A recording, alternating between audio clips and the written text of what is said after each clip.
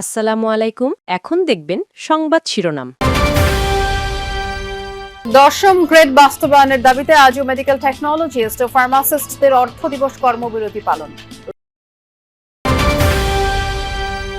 3 দফা দাবিতে বিভিন্ন জেলায় কমপ্লিট শাটডাউনে প্রাথমিকের শিক্ষকরা, কোথাও কোথাও দপ্তরি ও অভিভাবকদের সহায়তায় পরীক্ষা নিচ্ছেন প্রধান শিক্ষকরা। পাবনায় নৈশ প্রহরীদের জিম্মি করে 5টি স্বর্ণের দোকানে ডাকাতি, তালা ভেঙে কোটি টাকার স্বর্ণ রূপার অলংকার লুট, জড়িতদের ধরার চেষ্টা করছে পুলিশ। রোগীর চাপে বাগেরহাটের 250 শয্যা হাসপাতালে হিমশিম অবস্থা, শয্যা সংকটে মেঝে বারান্দাতেও চলছে চিকিৎসা, প্রকট ডাক্তার নার্সের সংকট। এতক্ষণ দেখছিলেন সংবাদ শিরোনাম, এখন দেখবেন বিস্তারিত। দশম গ্রেড বাস্তবায়নের দাবিতে সারা দেশের সরকারি হাসপাতালগুলোয় আধা বেলা কর্মবিরতি পালন করেছেন মেডিকেল টেকনোলজিস্ট ও ফার্মাসিস্টরা। দেশের বিভাগীয় জেলা উপজেলা পর্যায়ে সরকারি হাসপাতালে এই কর্মসূচি চলে। এতে রোগ নির্ণয়, পরীক্ষা এবং ওষুধ বিতরণ কার্যক্রম বন্ধ থাকায় চরম ভোগান্তিতে পড়েন রোগী ও স্বজনরা।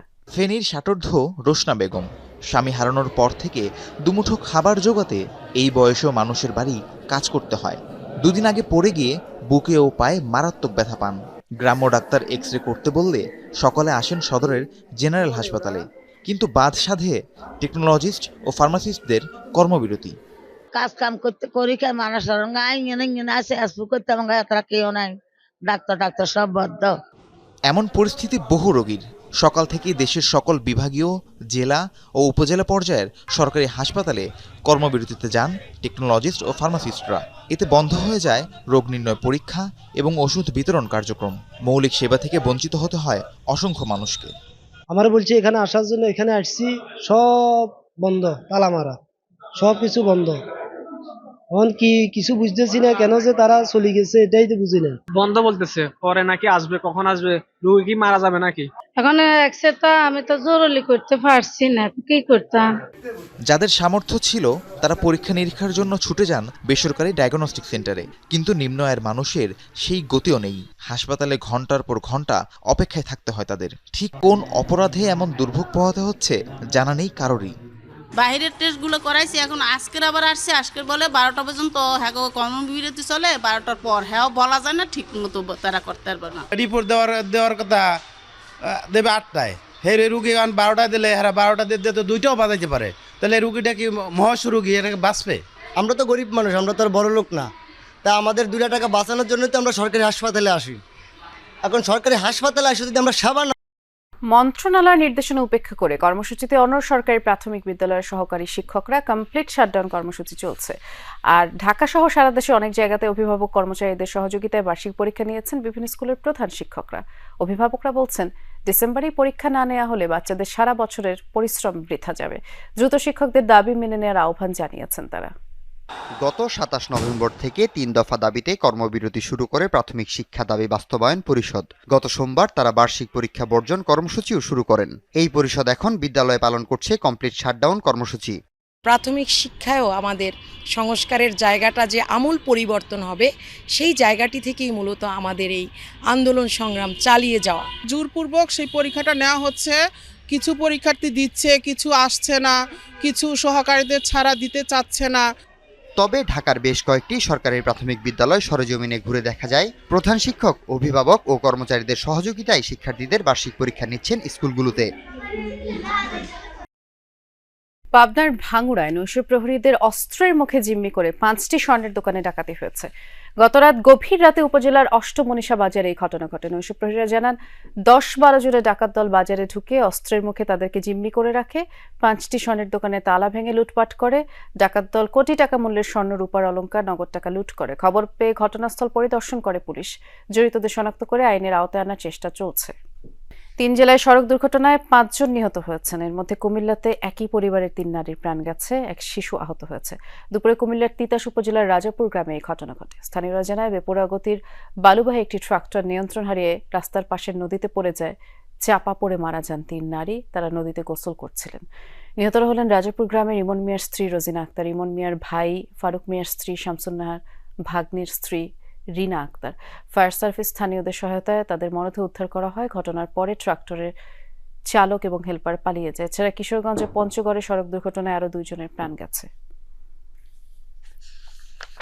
খুলনায় আদালতের সামনে দিনে দুপুরে গুলি আর ধারালো অস্ত্রের আঘাতে প্রাণ যায় হাসিব হাওলাদার, ফজলে রাব্বি রাজনের। জনসম্মুখে এমন হত্যাকাণ্ডে আতঙ্কিত পরিবারের সদস্যরা। নিরাপত্তাহীনতায় কেউ মামলা করার সাহসও করছে না। পুলিশের ভূমিকা নিয়ে অভিযোগ রয়েছে দুই পরিবারের। অন্যদিকে খুলনায় মাদক ও আধিপত্য বিস্তারকারী 3টি গ্রুপের মধ্যে দ্বন্দ্বকে সামনে রেখে খুনের ঘটনা তদন্ত করছে পুলিশ। খুন হইছে, দুজন পুলিশের সামনে খুন হইছে, জনগণের সামনে খুন হইছে। পারলো না আমার বাবারে বাঁচিয়ে রাখতে, পারলো না। বাবাকে হারিয়ে এভাবেই আর্তনাদ করছে নিহত হাসিব হাওলাদারের 13 বছরের মেয়ে হাবিবা হাওলাদার। আর 2 বছরের হাফসার এখনো অনুভূতিতেই নেই বাবা আর কখনোই ফিরে আসবে না। হাসিবকে হারিয়ে দিশেহারা পুরো পরিবার। আদালতের সামনে খুন হওয়ায় পুলিশের কর্মকাণ্ড নিয়ে প্রশ্ন তাদের। হত্যাকারীদের রোগীর চাপে হিমশিম বাগেরহাট 250 শয্যা জেলা হাসপাতাল। নিয়মিত রোগীদের পাশাপাশি সম্প্রতি ঠান্ডাজনিত এবং ডেঙ্গু রোগীদের আনাগোনা বেড়েছে। শয্যা সংকটে মেঝে এবং বারান্দায় চিকিৎসা নিতে হচ্ছে। দীর্ঘদিন ধরে থাকা চিকিৎসক এবং নার্স সংকটও এখন প্রকট হয়ে উঠছে। মেঝে, বারান্দা কিংবা করিডোর, শয্যা সংকটে যেখানে জায়গা মিলছে সেখানেই বিছানা পেতে চিকিৎসা নিচ্ছেন রোগীরা। এই দৃশ্য বাগেরহাট 250 শয্যা হাসপাতালের। নিয়মিত রোগীদের পাশাপাশি কয়েকদিন ধরে যোগ হয়েছে ঠান্ডাজনিত এবং ডেঙ্গু রোগী। ধারণ ক্ষমতার চেয়েও বেশি রোগীর কারণে সৃষ্টি হয়েছে এমন পরিস্থিতি। নিরুপায় সেবা প্রত্যাশী ও স্বজনদের দিন কাটছে চরম ভোগান্তিতে।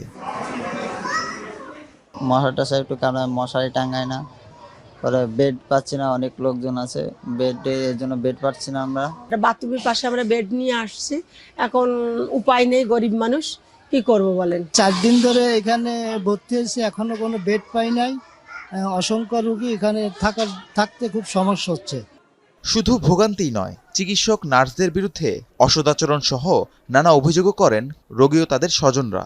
সংশ্লিষ্টদের সরল স্বীকারোক্তি, চাপ সামলাতে হিমশিম খাচ্ছেন তারা। বলছি এতে কি দুবারে কোনো ঔষধ আছে রুগীর? কয় দুবারে কোনো ঔষধ নাই। আমি অন্য এক নার্স দেখাইছি, কইছি দুবারে ঔষধ আছে। তারপরে আমাকে দ্বারা বলেন নাই, এখন এই ঔষধে যা নাই বাইরে দিয়ে কিনগে না লাগবে। তো সেটা কিনগে না লাগবে, সেটা আমার তো বলবে। প্রত্যেকটা রোগী হলো ডেঙ্গু রোগী, তার মাঝে আমাকে এরকম করে যদি রাখে তা তো আমাদেরও হবে। এইটা কেন ডাক্তার মেনটেন করে না? প্রতিদিন আরো রোগী ভর্তি হচ্ছে, এত রোগীর রোগ তো আসলে এখানে চিকিৎসা দেওয়া সম্ভব হচ্ছে না। মশারি ঠিক মতো ওরা টানাতে পারতেছে না। আমাদের এত রোগীর চাপ, আমরা আসলে পেরে উঠতেছি না। রোগীর তুলনায় নার্সের সংখ্যার তুলনায় রোগী 4 ডবল। এমন রোগীর চাপ যেই হাসপাতালে, সেখানে শয্যা সংকটই একমাত্র নয়, রয়েছে চরম জনবল সংকটও। হাসপাতালে 58টি চিকিৎসক পদের বিপরীতে রয়েছেন মাত্র 26 জন। দ্বিতীয়, তৃতীয় ও চতুর্থ শ্রেণীর 91টি পদের